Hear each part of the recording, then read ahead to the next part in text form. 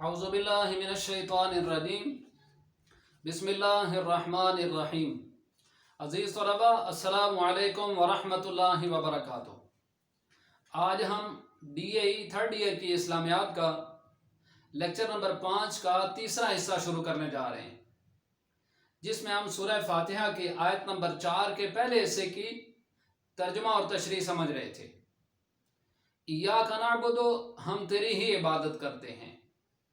عبادت کا مطلب کیا تھا؟ ہر کام کو نبی علیہ السلام کے طریقے کے مطابق کرنا۔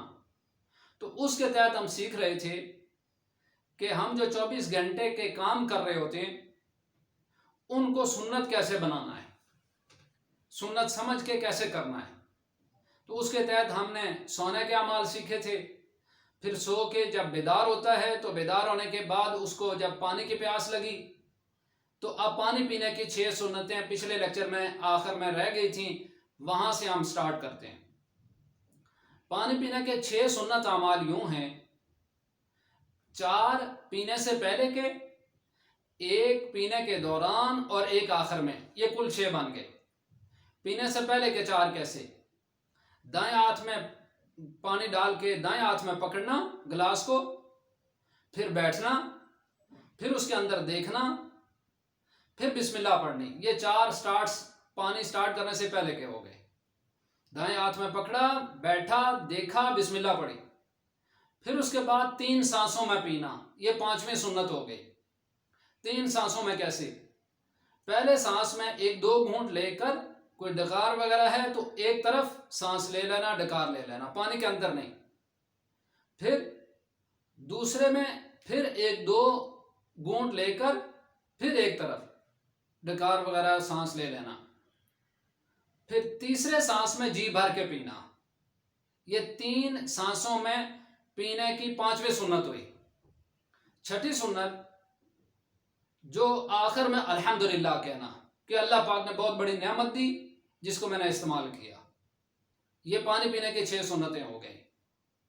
اب سو کے اٹھا، پانی پیا، پانی پینے کے بعد ہر آدمی واش روم جاتا ہے، تو واش روم سے متعلق کچھ آداب سمجھ لیں۔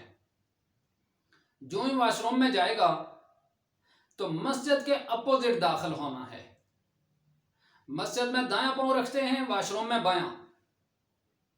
پھر اس کے بعد جوتا پہنا تو وہ پہلے بھی عرض ہوگی، پہنے تو دایاں، اتارے تو بایاں۔ پھر اس کے بعد واش روم میں جب قضائے حاجت کے لیے بیٹھا تو جہاں نبی علیہ السلام جب بیٹھتے تھے تو پاؤں کو زیادہ کھول کے بیٹھتے تھے۔ پھر اس کے بعد جب بیٹھنے کے قریب ہوتے تھے تو اس وقت اپنے لباس اتارتے تھے۔ پھر اس کے بعد جب قضائے حاجت کے لیے بیٹھے، استنجے کی باری آئی تو بائیں ہاتھ سے استنجا کیا جائے۔ ہاں اگر باہر ہیں، واش روم میں نہیں، باہر ہیں تو اس کے مسائل کچھ علیحدہ ہیں، وہ علیحدہ عرض ہوں گے۔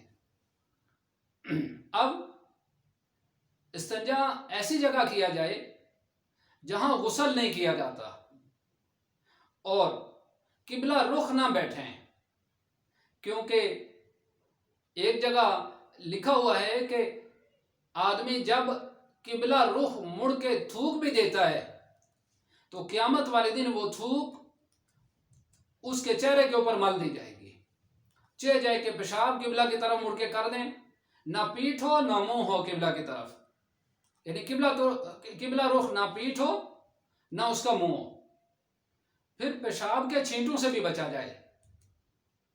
مثلا جب چھینٹے اڑ کے پڑتے ہیں، نبی علیہ السلام نے فرمایا، جس کا مفہوم ہے کہ قبر میں اکثر عذاب اس وجہ سے بھی ہوتا ہے کہ پیشاب کے چھینٹوں سے، یا لوگ اس سے پرہیز نہیں کرتے، وہ چھینٹے اڑ کے پڑ رہے ہوتے ہیں۔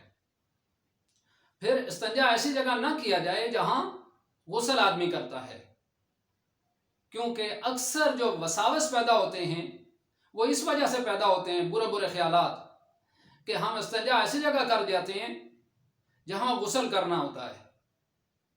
پھر جب استنجے سے فارغ ہوئے، اب وضو کیا۔ اب وضو کے سنت اعمال علیحدہ عرض ہوں گے۔ پہلے واش روم سے علاوہ یعنی اوپن باہر اگر کوئی قضائے حاجت کرنا چاہ رہا ہے تو اس کے مسائل سمجھ لیں۔ اکثر لوگوں کی عادت ہوتی ہے کہ سفر کرتے کرتے گاڑی روکی، بائک روکا یا پیدل سفر کر رہا ہے تو رستے کے کنارے پیشاب شروع کر دیتے ہیں۔ یہ حیا کے بھی خلاف ہے۔ نبی علیہ السلام جب قضائے حاجت کے لیے باہر جاتے تھے تو کافی دور جاتے اور کسی اوٹ کا استعمال کرتے، یعنی کسی چیز کے پیچھے بیٹھ کے قضائے حاجت کرتے تھے۔ اسی طرح نبی علیہ السلام ریتلی زمین میں پیشاب یا قضائے حاجت کرنا پسند فرماتے تھے۔ اگر ریتلی زمین ہے تو ٹھیک، نہیں تو کسی لکڑی وغیرہ سے اس جگہ کو نرم کر لیا جائے تاکہ جب پیشاب وغیرہ کیا جائے تو اس کے چھینٹے اڑ کے اوپر نہ پڑے۔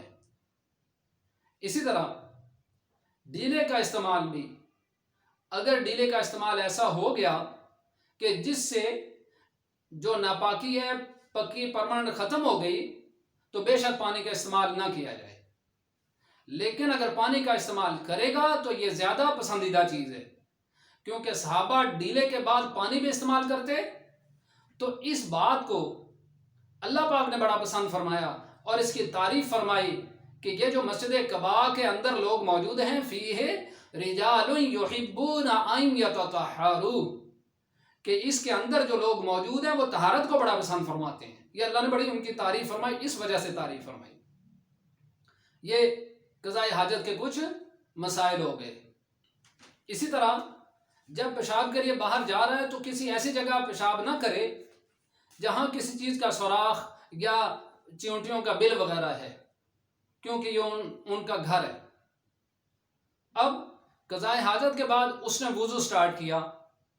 وضو سے پہلے مسواک کے مسائل سمجھ لیں۔ مسواک نبی علیہ السلام کی سب سے محبوب ترین سنت جو تھی وہ نبی علیہ السلام کی مسواک تھی۔ آپ جب مسواک، اس کا اندازہ یہاں سے بھی کر سکتے ہیں کہ جب نبی علیہ السلام کا وصال ہو رہا تھا تو اس وقت سیدہ عائشہ صدیقہ رضی اللہ عنہا کے حجرہ شریف میں تھے، اور اس آخری لمحے بھی ایک صحابی آپ کے اس حجرے میں جب داخل ہوئے تو ان کے ہاتھ میں مسواک تھا۔ نبی علیہ السلام نے بڑی للچائی نظروں سے اس مسواک کی طرف دیکھا۔ اما عائشہ بات کو سمجھ گئی، انہوں نے ان سے صحابی سے مسواک لیا، اپنے منہ میں اس کو نرم کیا، پھر نبی علیہ السلام کو دیا، اور آپ نے آخری وقت میں بھی مسواک فرمایا۔ نبی علیہ السلام فرمایا کرتے تھے، جس کا مفہوم ہے کہ اگر میں اپنی امت کے اوپر اس چیز کو بھاری محسوس نہ کروں کہ یہ امت کے لیے مشکل ہوگی تو ہر نماز سے پہلے مسواک کو ضروری کر دوں۔ اب مسواک کن کن مواقع پر کرنا سنت عمل ہے؟ تلاوت سے پہلے، کھانے سے پہلے، کھانے کے بعد، نماز سے پہلے، ذکر سے پہلے، بیوی کے پاس جانے سے پہلے، یہ بہت سارے مواقع پر، یا سو کر اٹھے اس وقت بھی، غسل سے پہلے، بہت سارے مواقع پر مسواک کرنا سنت عمل ہے۔ مسواک پکڑنی کیسے ہے؟